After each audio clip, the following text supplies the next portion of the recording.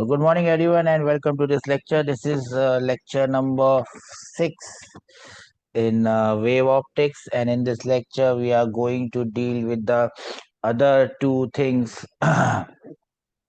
other two phenomena of wave nature of light. What were the phenomena? If you remember, that could be discussed with that were explained by the wave nature of light, and it was not explained by the particle nature of light. Do we remember what those phenomena that can only be explained by the wave nature of light? What are those phenomena which can only be explained by the wave nature of light and not by the particle nature? Yes.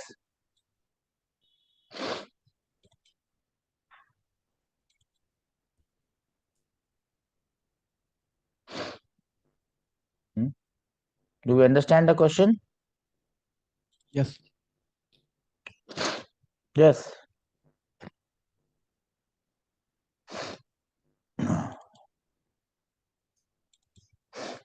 No idea?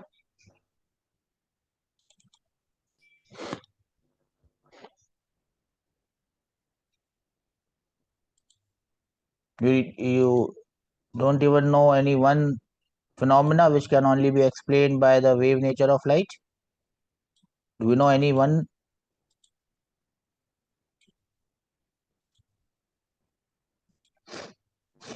Reflection. Reflection cannot be explained by particle theory of light. Is that so? Well done. What was the topic in the last class, beta? What we were studying in the last class? Any idea? About interference. Okay. And what is the heading of this chapter, beta? Wave optics. Okay. Now I ask the same question. Can you think of some can you think of some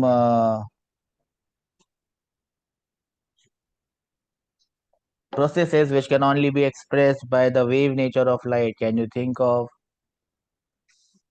those phenomena which can only be explained by the wave nature of light? Yes.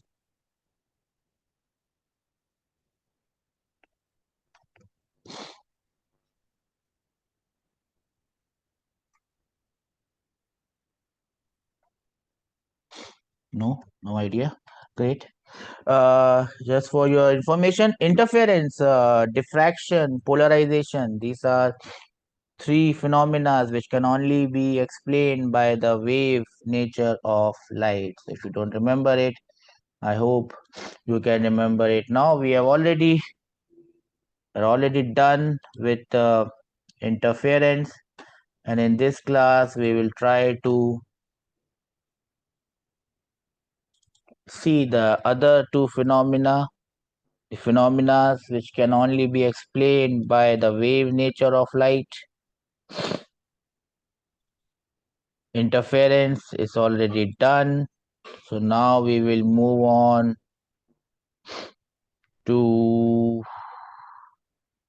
diffraction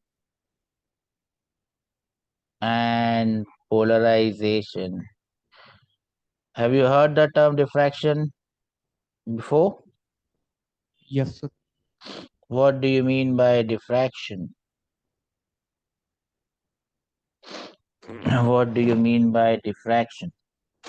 Let me write the heading. What do you mean by diffraction? What do we understand by the term diffraction? Yes. Heard the term but don't know the meaning? Yes, sir. So, Diffraction. Diffraction is the bending or spreading of waves. It is a phenomena of bending or spreading of waves. Bending or spreading of waves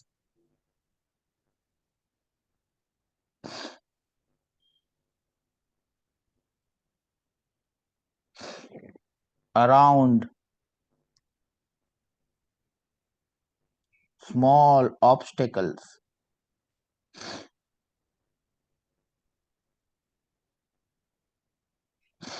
Whenever light encounters a very small obstacle, a very small aperture, it bends.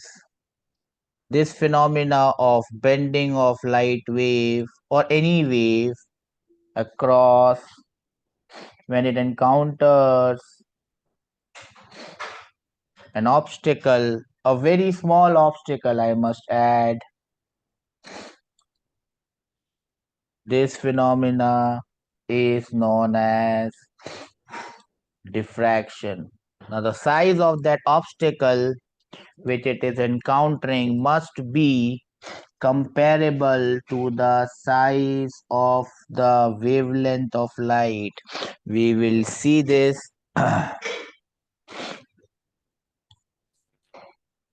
also as an important point.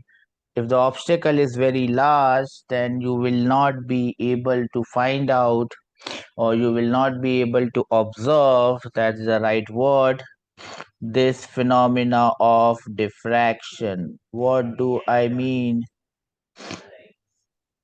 when I say that light bends when it encounters an obstacle? So I'll try to show it in a diagram. A diagram will make you understand how light bends when it encounters an obstacle, or it encounters a very small opening or a very small aperture. You can see this here. If this is an aperture or an opening and light is falling or passing through this aperture or opening, you will see that if you have a wall on the other side, you will see the shadow coming up till here. Now the light was supposed to move straight, but because of this small aperture, it has actually bent, and you can see light reaching this point. This bending of light rays as it encounters an aperture or an obstacle. Similarly, if there is an obstacle, the light will bend and we will see a big shadow of the obstacle. This phenomena is known as diffraction.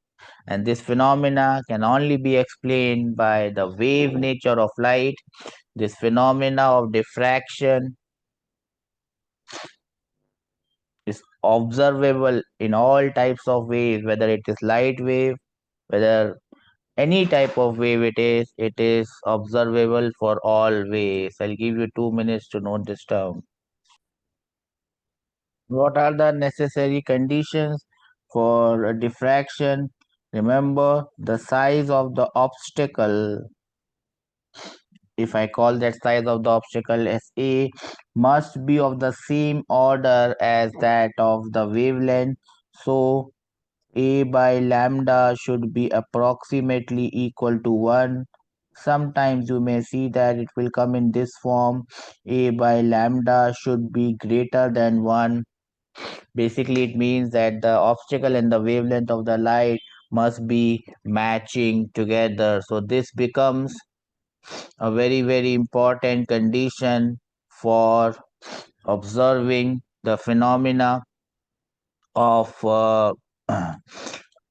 diffraction. The size of the obstacle or the size of the aperture must be same as the wavelength of the light. Do we understand this? Yes, sir. Size of the aperture, if you call A as the size of the aperture, it must be approximately same as the wavelength of light. Practically, it has been observed that if the size A is greater than 50 times the size of the wavelength, if A is greater than 50 times lambda, then you see very good diffraction patterns. If A is greater than 50 lambda, very good diffraction is observed. I'll give you a minute to note it down.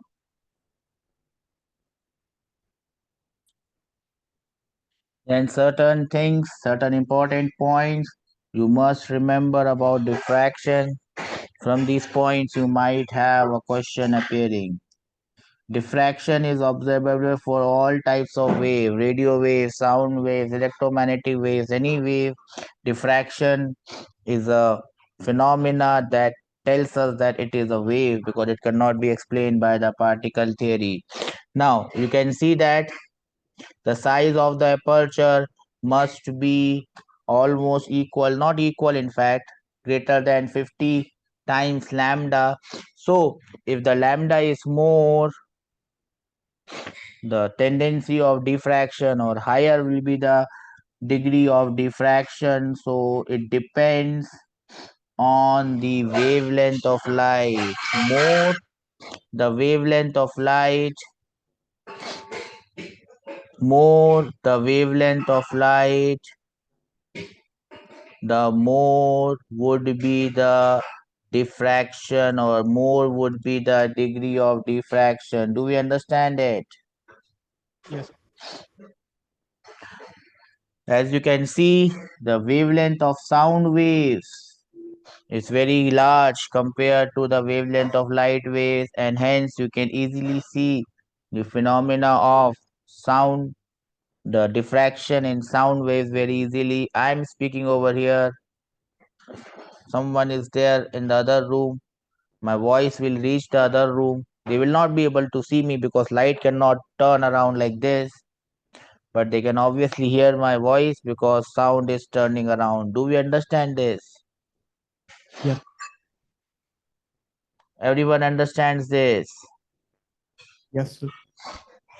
Now, if I draw or if I try to explain the same thing in terms of wavelength, you can remember this A versus lambda, what should be the value and whether diffraction is possible or not. If A is very, very small, diffraction is not possible. If A is very large, even then diffraction is not possible. A should be approximately equal 1 to 50 times the wavelength of light, then a very good degree of diffraction or degree of diffraction is very high. Do we understand this? Yes, sir. Okay. Now, as I told you, in most of the cases, what is going to happen is that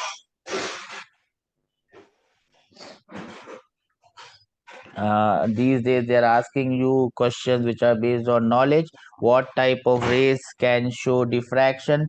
We have already seen that diffraction of sound is very good, very high. You can see it in day-to-day life. Light diffraction only happens when the size of the obstacle, for any wave, size of the obstacle, if it is of the same size as that of light, same degree as that of the wavelength, you will see diffraction.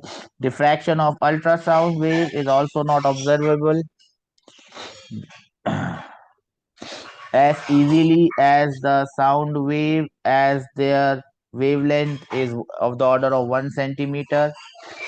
Diffraction of radio waves is very conveniently observed. Just giving you an idea of as wavelength increases, diffraction pattern decreases. X-ray can also be diffracted easily by crystals. Yeah, it was discovered by Levi. You don't have to remember that. The only thing you have to understand here is that diffraction can be observed in any type of waves. I'll give you a minute to note it down. One more point you should be noting here. I've seen a few questions come on this. What should be the minimum distance that you should be away from the obstacle so that you can observe the phenomena of diffraction. That distance, the minimum distance that you must be away is d square by 4d, where d is the size of the aperture and lambda is the wavelength of the wave. If you don't want to write it as d, you can write it as x is equal to a square by 4 lambda. A square by 4 lambda, where a must remind you of the size of the aperture. I'll give you a minute to note this down. Whenever we talk about diffraction, we can classify or we can talk about two types of diffraction. The first one is known as the Fresnel diffraction, and the second one is known as the Fraunhofer diffraction. What is the difference between Fresnel and Fraunhofer? Well, if the distance between the source, do you see the source here? You see the source here? Yes, sir. Source and the screen. If the distance between the source and the screen are finite, then the diffraction is known as Fresnel diffraction. If light is coming from a source which is far away, when the source is at infinity, or the distance between the source and screen is infinity, then it is known as Fresnel diffraction. Do we understand this? Yes, sir. I'll give you 2 minutes to note this down. Then we can note down some more points. Any of these points can come in your exam. We have seen that in Fresnel it should be at finite, and in Fraunhofer they must be in finite distance. Apart from that, incident and diffracted wavefronts are spherical or cylindrical. Here, incident wavefront are plane because they are coming from infinite distance. Do we understand this? Yes, sir. Here you don't see any mirror or lens to obtain the diffraction pattern. Here you will have a lens. Center of diffraction, the central one can be bright, it can also be dark depending on the size of the aperture. Here the central is always bright. Remember, very important 4 points that you cannot forget. Note them down. Then we come to diffraction of light by a single slit. Do you see the slit here? Slit is an opening. Do you see that slit here? Yes, sir. Where is the slit?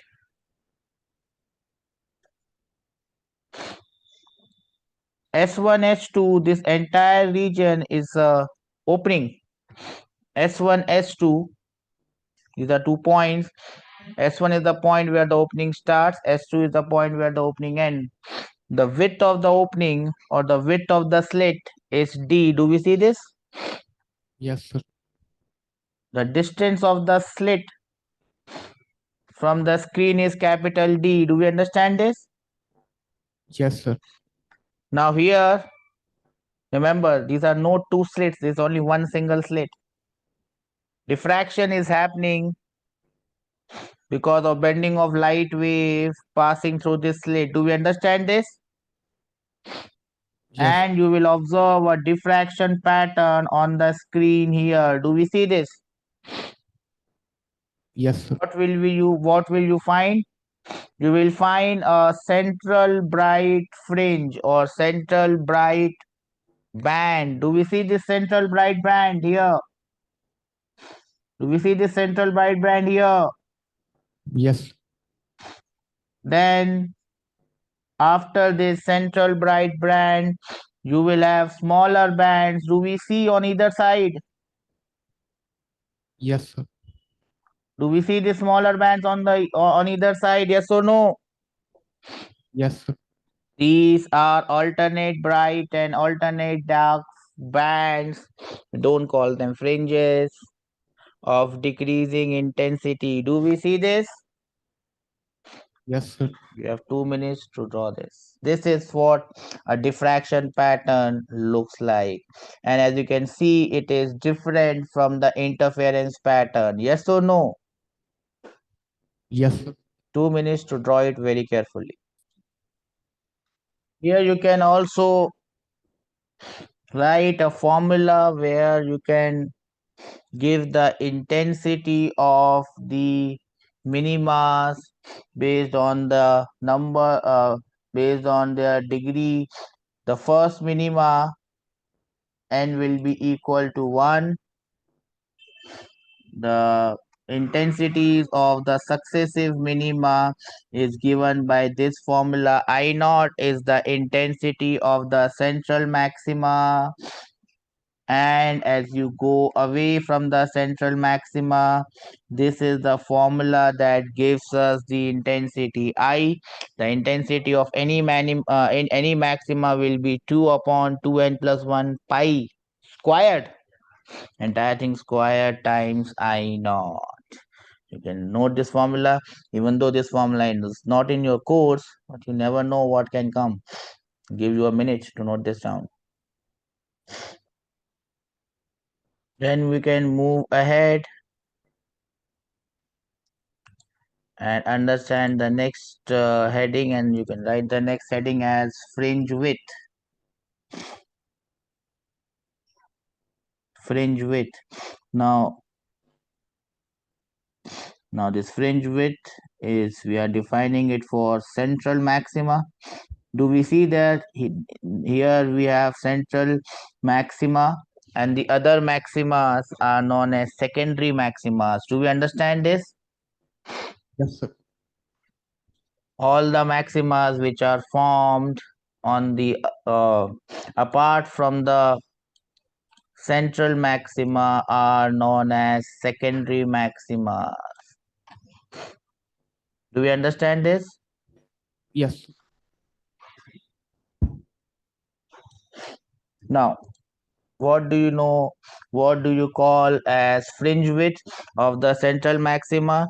It will be the distance between the two maximas which are formed on the either side of the central maxima. Do we understand this? The distance between any two secondary maximas, the secondary maximas which are formed on either side of the central maxima, is known as the fringe width of the central maxima. If I would show it with a diagram, this is how the diagram of that thing would look like.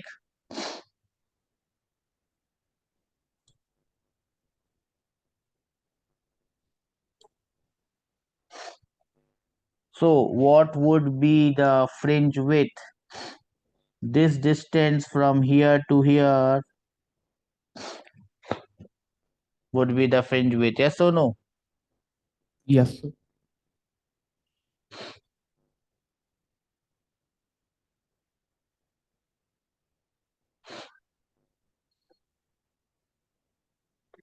Is it clear?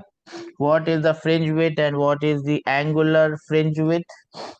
What will be the angular fringe width? Angular fringe width and the angular fringe width. We had seen the term,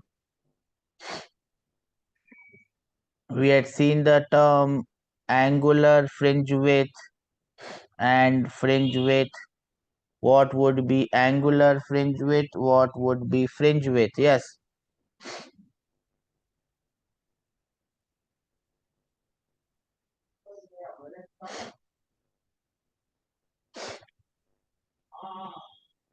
The fringe width is Fringe width.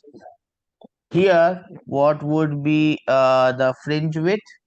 The fringe width W will be equal to 2 times F lambda by your aperture A. Yes or no?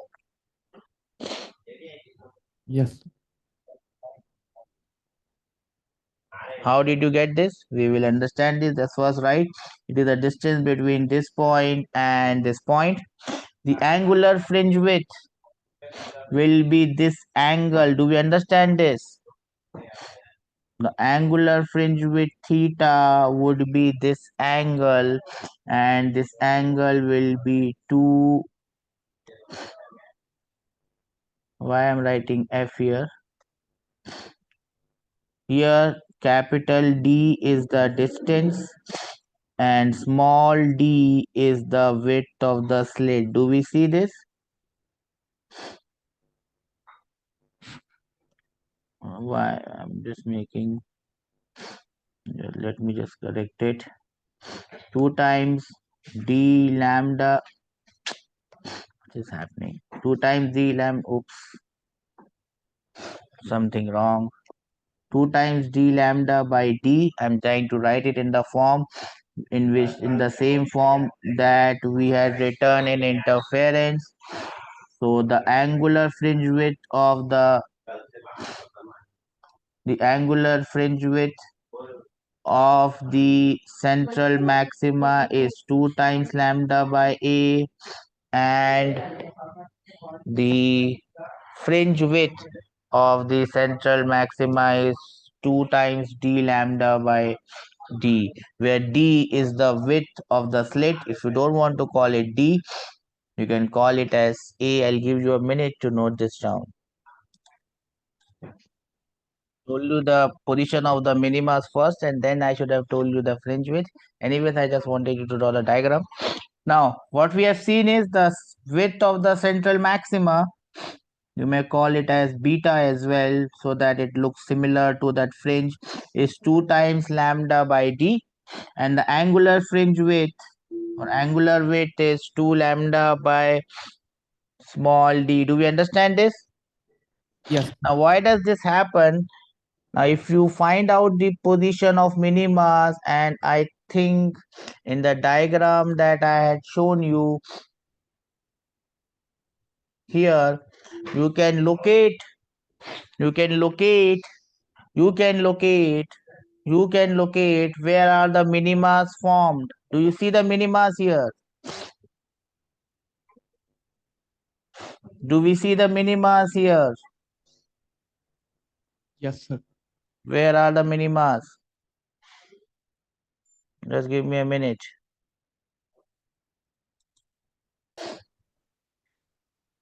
So, as I told you, this is the diagram. Where do you see the minimas here? Left hand side of the central maximum. Only on the left hand side? No, sir. Like both alternate fringes. Where are the positions? How much distance from the central maxima do you see these minimas?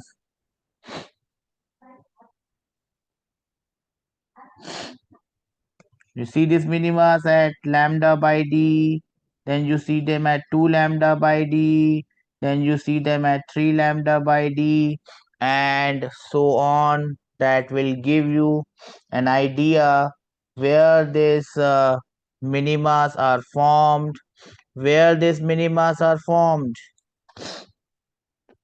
What is the position of the minima on either side of the central maxima?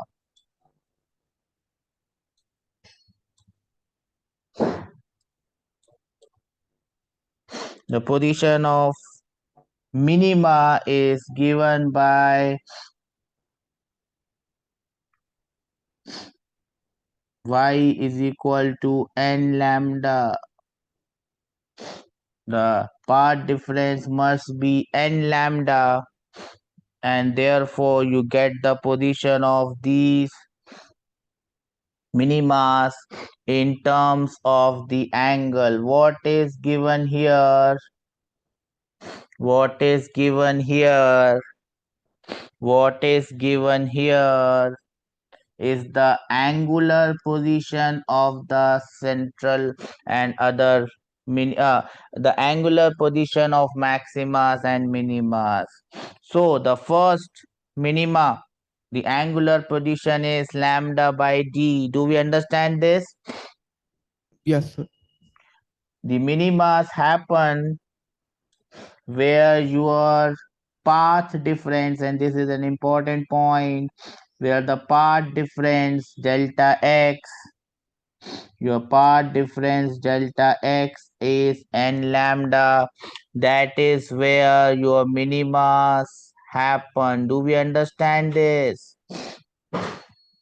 N Yes. starting from 1, 2, 3, and so on. Do we understand this? Yes, sir. The path difference will be equal to d sine theta, and from there you can see the value of sine theta for the minimas to occur would be given by n lambda by d. If the angle is very small, you can write the angular position of the minimas. Why my handwriting is getting so bad?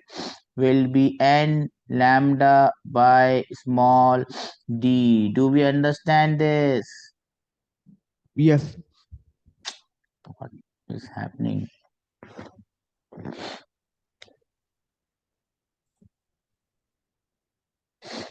Something is not right.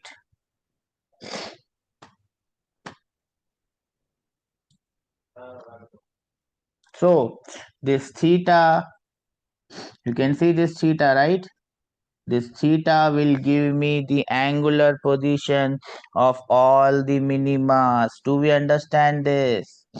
You presented different screens. I am showing a different screen. See, Sir, on the screen it is PowerPoint visible. okay, something is wrong somewhere. Let me correct it.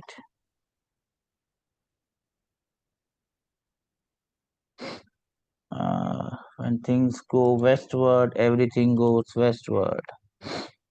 Okay, I think now you will get this. So the angular position of the minima, you see it now? Yes.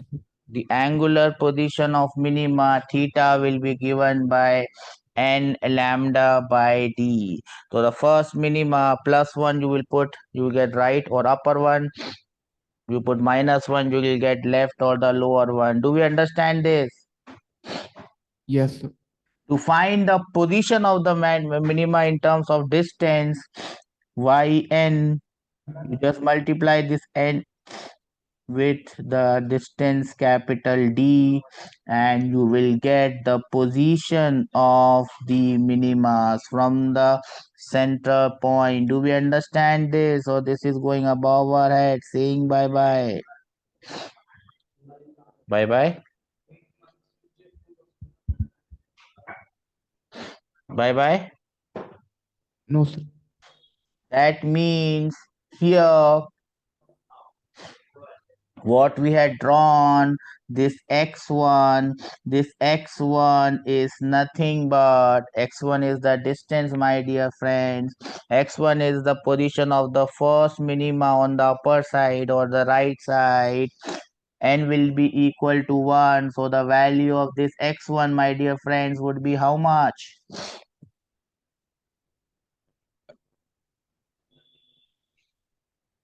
Lambda d by d. D lambda by small d, and therefore the distance from here to here will become how much? 2 lambda d by d. And that, my dear friends, is the width of the central maxima, and theta is the angular width of the central maxima. Do we understand this, or this is going above our head saying bye bye? Got it? Everyone got it? Yes, sir. Now, since we have the position of the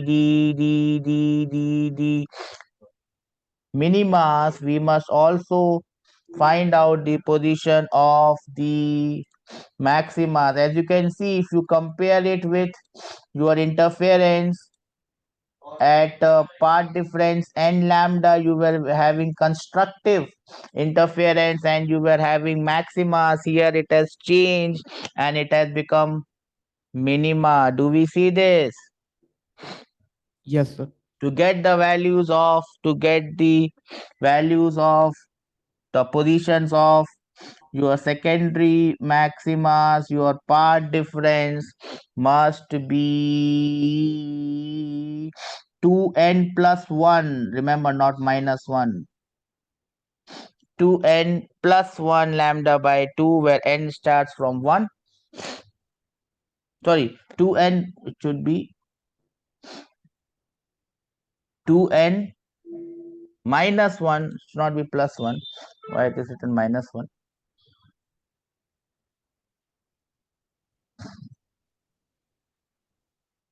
No, 2n plus 1 is correct, sorry. 2n plus 1 lambda by 2. If I put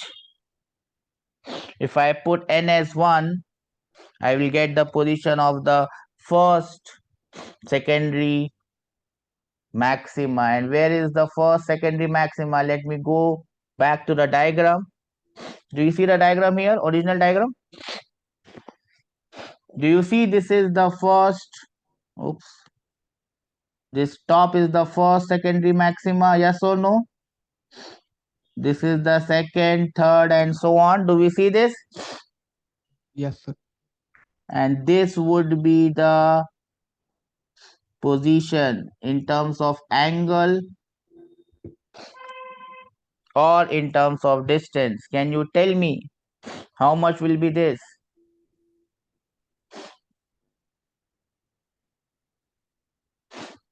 It is between lambda and 2 lambda by d, yes or no? So it will be at a position of 3 lambda by d by 2d, yes or no? Yes, sir. That is why 2n plus 1 lambda by 2. Do we understand this? Yes. So the part difference is 2n plus 1 lambda by 2. From here you will get the position of the secondary maximas. And what is the position of the secondary maximas, my dear friend? The positions of secondary maxima, d sine theta will be equal to 2n plus 1 lambda by 2. Do we understand this? Yes, sir. From here you will get the value of sine theta as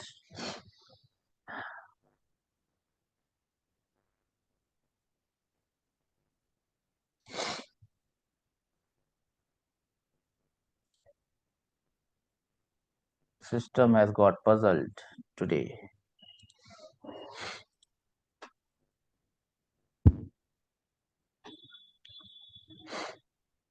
I hope you have the right screen this time. Yes, sir. So the position of the central maximas, the value of sine theta would be given by this one. Yes or no? Yes. Or I can write theta, the angular position will be equal to 2n, because this is approximately equal to angle theta if the angle theta is small. Yes or no? Yes, sir. If you have to find the position of the secondary maximas, yn will be equal to 2n plus 1 by 2 d lambda by d. Do we understand this? That is what you have to remember.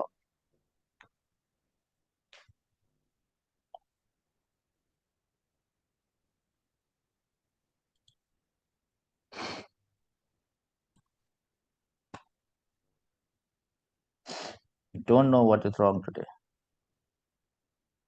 Maybe got filled up. That is the reason. Have you understood this? Yes, sir. Giving me all sorts of trouble today. Life is always faced with troubles and difficulties.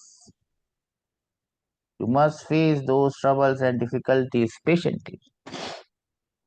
If you don't face them patiently, they will trouble you more. And I hope that this gentleman will stay like this. at least for the rest of the class. I hope you have the correct screen. Yes, sir. D lambda by D. And before this getting shut down, I'll give you 2 minutes to note this down. If you just remember this is all of diffraction in one slide. Now the same thing can be written for, instead of Fresnel diffraction by a single slit, we can do it for Fraunhofer diffraction by a single slit where lights are coming from infinity. Do we see this? Yes or no? Again, A sine theta path difference is 2n plus 1 lambda by 2. For maxima, do we understand this? For minima, the path difference is n lambda. Do we remember this? Are we there in the class? Yes, sir. So this implies that theta will be equal to, for maximas, theta will be equal to n by 2d or 2a, no matter how you write it. Do we remember this? Do we understand this? Yes, Here it will be equal to n lambda by d or n lambda by a. If I have to find out the position of the nth minima, how will I find out the position of nth minima? I will just multiply this n lambda by a. There I was multiplying it by capital D. Here I will multiply it by f. Where what is this f? F is the focal length of this lens. This is where parallel beams of light after refraction, they will get converged. To get the position of maximas, I will, this is nothing but D multiplied by F. Do we understand this? yes, sir. F is the focal length. Have you heard the term focal length before? Yes, sir. Okay, so you just multiply this by the focal length. This is again theta multiplied by f. So if you compare this one with the previous one, the only change that has occurred is, there it was capital D, here it is, instead of capital D, it is the focal length of the lens. Do we understand this? Yes, sir. The width of the central maxima will be given by 2 times f lambda by a or f lambda by d. The angular width will be given by 2 times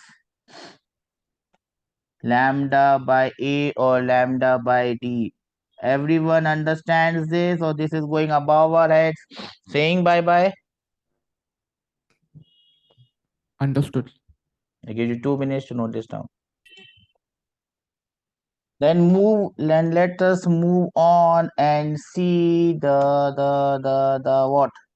The difference between the two gentlemen that we have seen till now. What are the two gentlemen that we have seen? Huh? Frenzel and Fraunhofer. Interference and diffraction, my dear friends. The difference between interference and diffraction. Interference happens because of superposition of waves from two sources. This is from a single wavefront.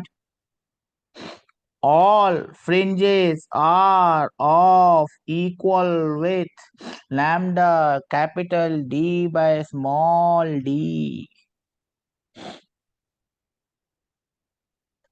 Here, all secondary fringes are of the same width, but the secondary fringes or bands are half of the central maxima, or the central maxima is 2 times the width of secondary. The central maxima is 2 times the width of the secondary maxima. All fringes all bands are of same intensity. Intensity decreases as the order of maxima increases. Can you tell me that formula of variation of intensity with the with the order of maximas? Does anyone remember it?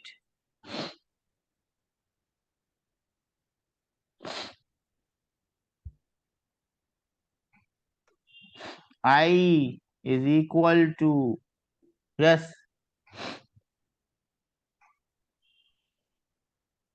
2 upon 2n plus 1 pi squared I naught. Intensity of all minima may be 0. Intensity of minima is not 0. Next thing is the important position of the bright, n lambda d by d. Position of dark, 2n minus 1. 1, 2 is missing. 2n minus 1. When starting from 1. Here it has been reversed. And I've also told you that path difference for nth maxima n lambda, path difference for nth minima is 2n minus 1. Lambda by 2 is missing. Here the process has been reversed.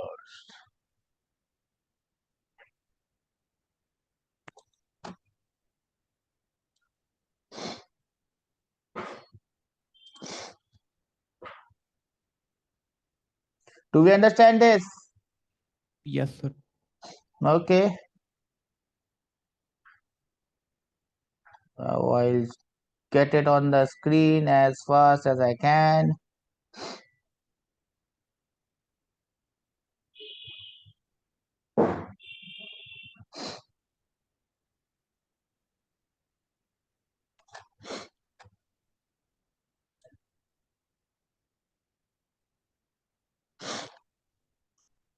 I give you 2 minutes to note it down. Okay, then let us move ahead and solve a couple of questions on this. This is the first question. Light of wavelength 6328 Armstrong unit is incident on a slit of width 0.2. The width of the central maxima measured from minimum to minimum on a diffraction pattern on a screen 9 meters away will be about. Whenever they are asking you the width, they are always asking you the angular width. Remember that. I'll give you 2 minutes to give me the answer. It is option A. How did you get the answer? Angular fringe width is 2 lambda by d.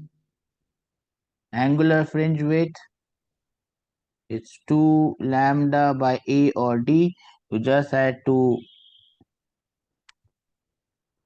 write the values, get the answer, and stay happy.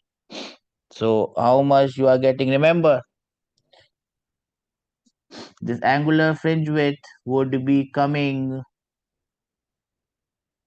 in radians. Yes or no? Yes. You'll have to convert it into degrees. So, this will be 2 into 6328 into 10 raised to the power of minus 10 divided by 0.2 into 10 raised to the power of minus 3. This is radians. In radians it is coming. Yes or no? Yes, sir. Remember, this is a very small angle, and that is why you can write it like this.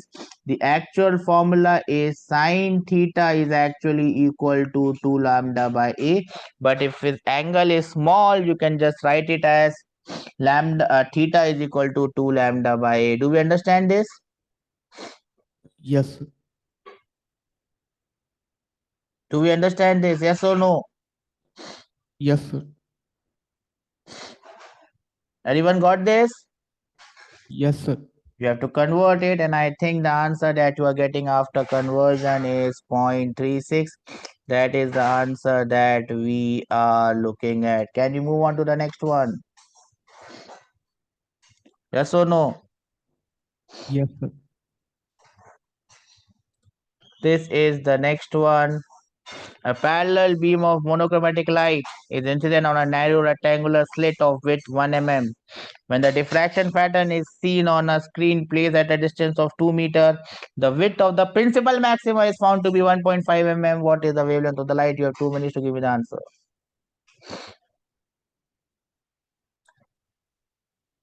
Anyone with an answer? Option 2, sir. Option 2, sir. The answer is option 1, sir. 6250. I hope you understand the fringe width beta is 2 times lambda d by d. That's it. 1.5 is equal to 2 into lambda into d is 1.5. No, 2 meters, sir. sorry. I always make mistakes in writing this. 2 divided by the 1 into 10 raised to the power of minus 3. So it is 1.5 into 10 raised to the power of minus 3 divided by 4. That will be equal to lambda. How much it is coming, beta? 6,200? 0.375 something. 375. 0.375 into 10 raised to the power of minus 3. Am I making a mistake? The width is also 1.5 into 10 raised to the power of minus 3. So this will be minus 6. It is coming at 0.375. Yes, sir. That is the answer then. Then the options here are wrong. Again here the width of the, yeah, I think in the question the width of the central maxima should be 2.5. 2.5 is given. I Sir, think, or else it can be a screen placed at distance of 1 meter. or it can be screen placed at a distance of 1 meter, yeah, something like that. But you understand how this question is solved, yes or no? Maybe the answer, is no, maybe there is some mistake in the what I should say, in the calculation, or misprint in the question. Do we understand this? Anyways, do we understand this? Yes, sir. Okay, let me get you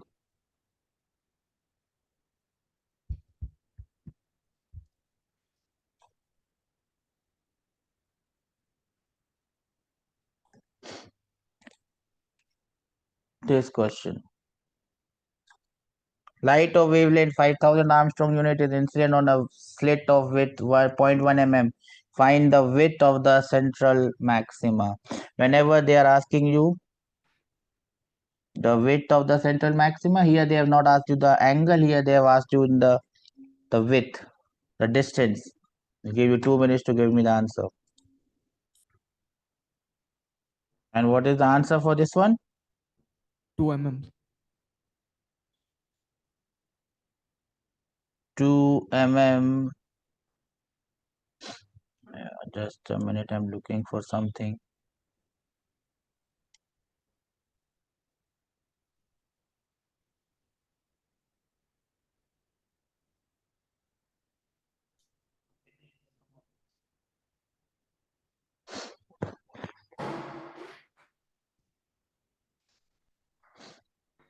Okay. The answer that I have is 20 mm. So how are you supposed to find out? The angle, the central fringe width is 2 times d lambda by d. 2 into d is 2 meter. Lambda is 5000 into 10 raised to the power of minus 10. 0.1 into 10 raised to the power of minus 3. So it becomes 1 into 10 raised to the power of minus 4. That is minus 6 minus 3. 5 into 2 is 10. 10 into 2 is 20. 20 into 10 raised to the power of minus 3. The answer, my dear friends, is 20. You cannot make mistakes in calculation. If you're making mistakes in this calculation, I have nothing much to say. Can't say anything on this calculation. Anyways, the good thing is in this chapter, you might not get a numerical because your calculating abilities I'm not very proud of. It's very sick. This is a question from JEE of 2022. Consider the diffraction pattern obtained from the sunlight incident on a pinhole of diameter 0.1 micrometer. If the diameter of the pinhole is slightly increased, how will it affect the diffraction pattern? I'll give you a minute to give me the answer. Option 4, my dear friend, is the correct option. Remember, sine theta n lambda or 2n lambda by d or a. If a is increased, the size will decrease, but a will increase, so the intensity will increase. Do we understand this? Yes. So the correct option is, my dear friends, option 4. So that is good enough. Let us now do one more part, and then we can move ahead and solve the remaining question. The next part is known as the resolving power. Have you heard this term, resolving power? No, sir. Resolving power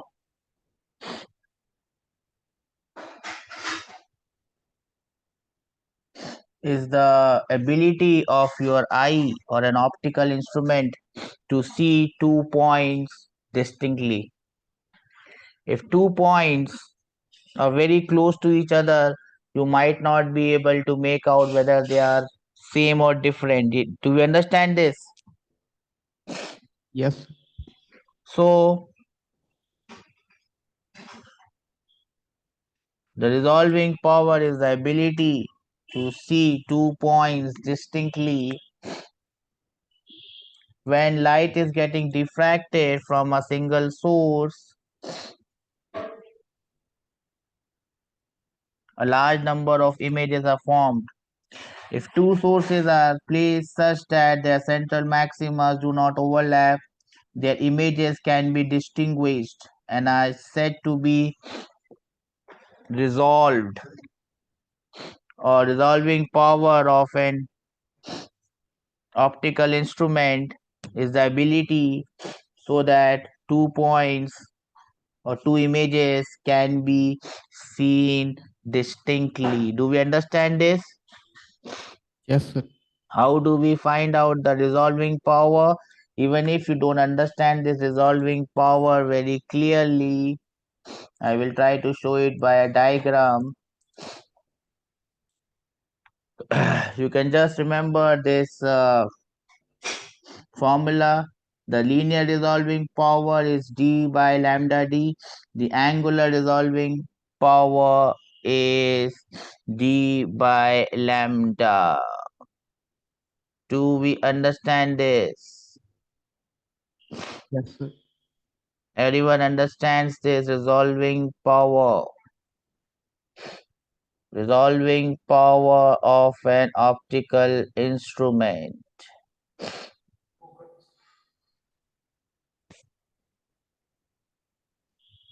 Yes, sir. D is the observed distance, and lambda is the wavelength of light. Small d is the distance between the 2 points. I'll give you a minute to note this down. Also note down the resolving power of telescope and microscope. I've seen questions come on this. The limit of resolution, the smallest angle at which it can see the 2 points clearly. For small angles, it is actually equal to sine inverse of 1.22 lambda by A. For small angles, you can call it 1.22 sine inverse of 1.22 lambda by A. For small angle, sine theta and theta become same, so you can write it as 1.22 lambda by A. Now remember, this resolving power is inversely proportional to the limit of resolution. Do we understand this? Yes, sir. A is the distance between the 2 points where you are wanting to see. If you are looking at distant stars, you see stars at points, yes or no? What is the distance between the points and whether your telescope will be able to see them correctly? Do we understand this? Yes. Similarly, limit of resolution for a microscope is 1.22 lambda by 2 mu sine theta. Remember this formula. Straightforward question can come in your JEE based on this. Then you can note down these points, what we should have for good resolution. Remember, when we talk about resolution, we are talking about the resolving power. Remember, you can write it here. Resolving power will be proportional to 1 by limit, so it will be equal to 2 mu sine theta upon 1.22 lambda. Do we understand this? Yes, Do we sir. understand this?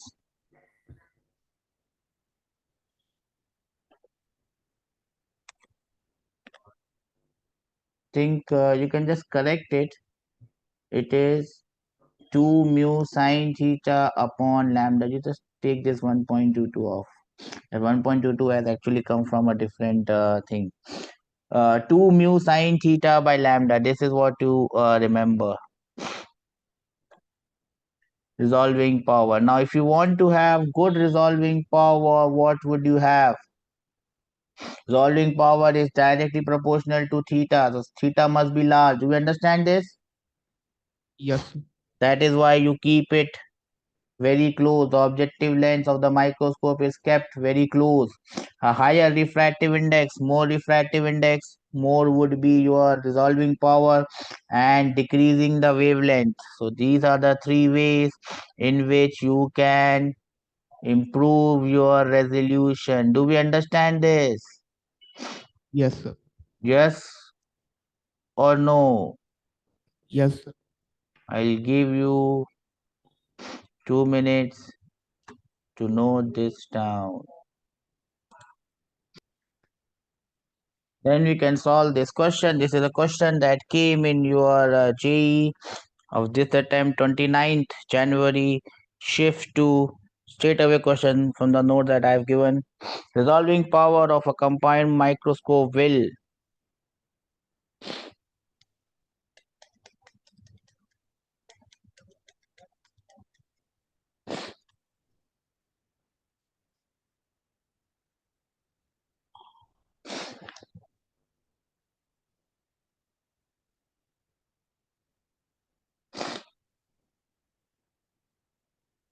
When will you increase? How can you increase?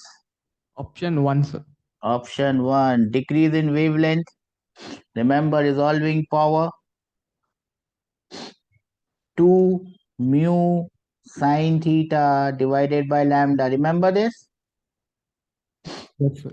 This mu sine theta is also known as numerical aperture. So remember this if you want to. This mu sine theta is also known as numerical aperture. So you can write it. This mu sine theta is also known as numerical aperture. Do we understand this? Yes, sir. Anyone got this? Yes, sir. Okay. Now we come to the case where we try to understand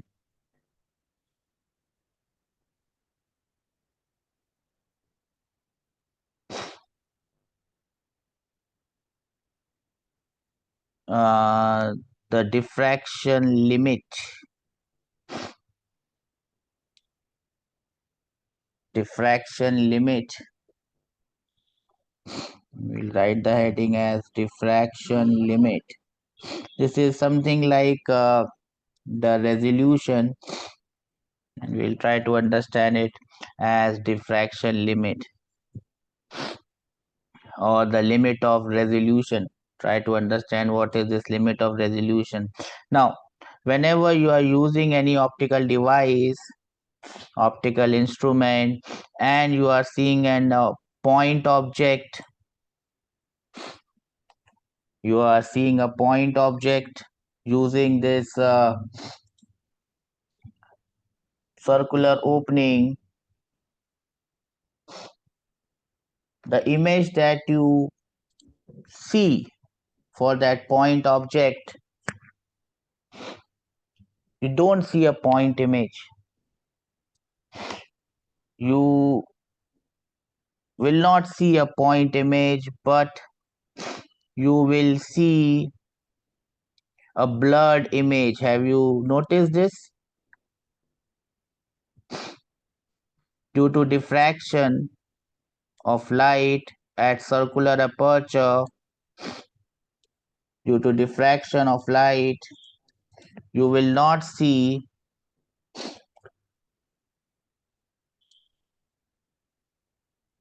a point image, but you will see a disk or blur sort of image where you will see one bright spot, then it will be surrounded by bright and dark concentric rings. So the image of a point object will not be looking like a point, it would look like alternate dark and bright fringes. Are you able to understand what I am saying here? Yes, sir.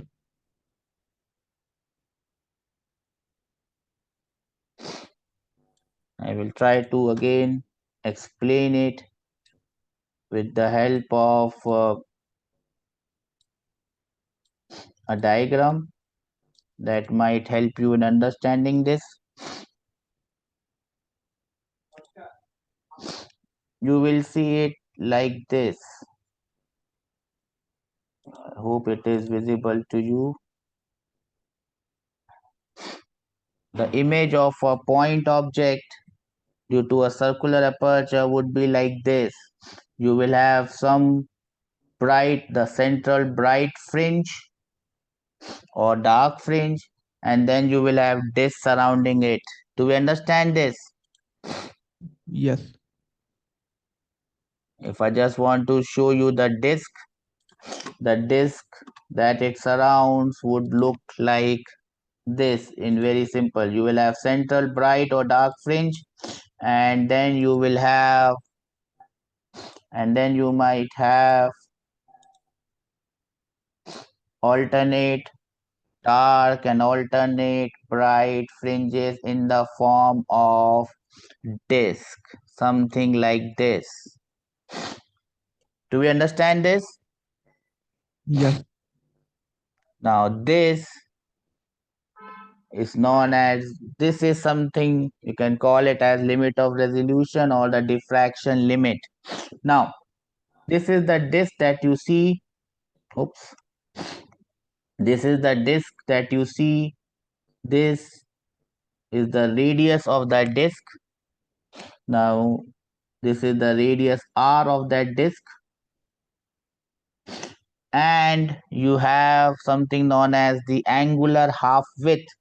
which is the angle of this disk, which it makes this angle. Do you understand this angle?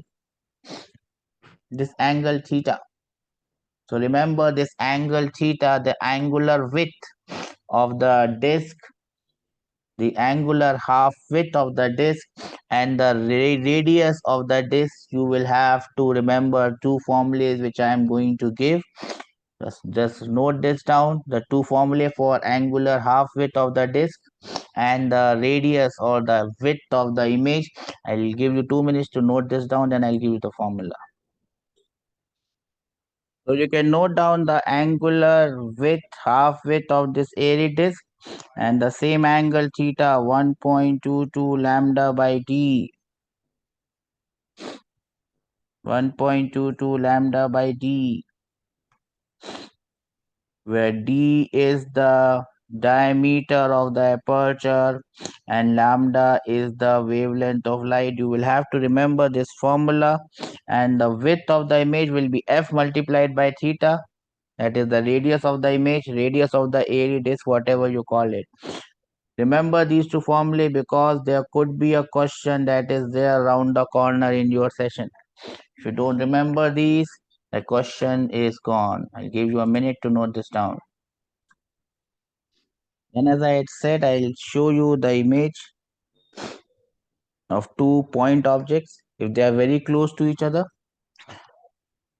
what do we mean by a resolved image? What do you mean by a fully resolved image?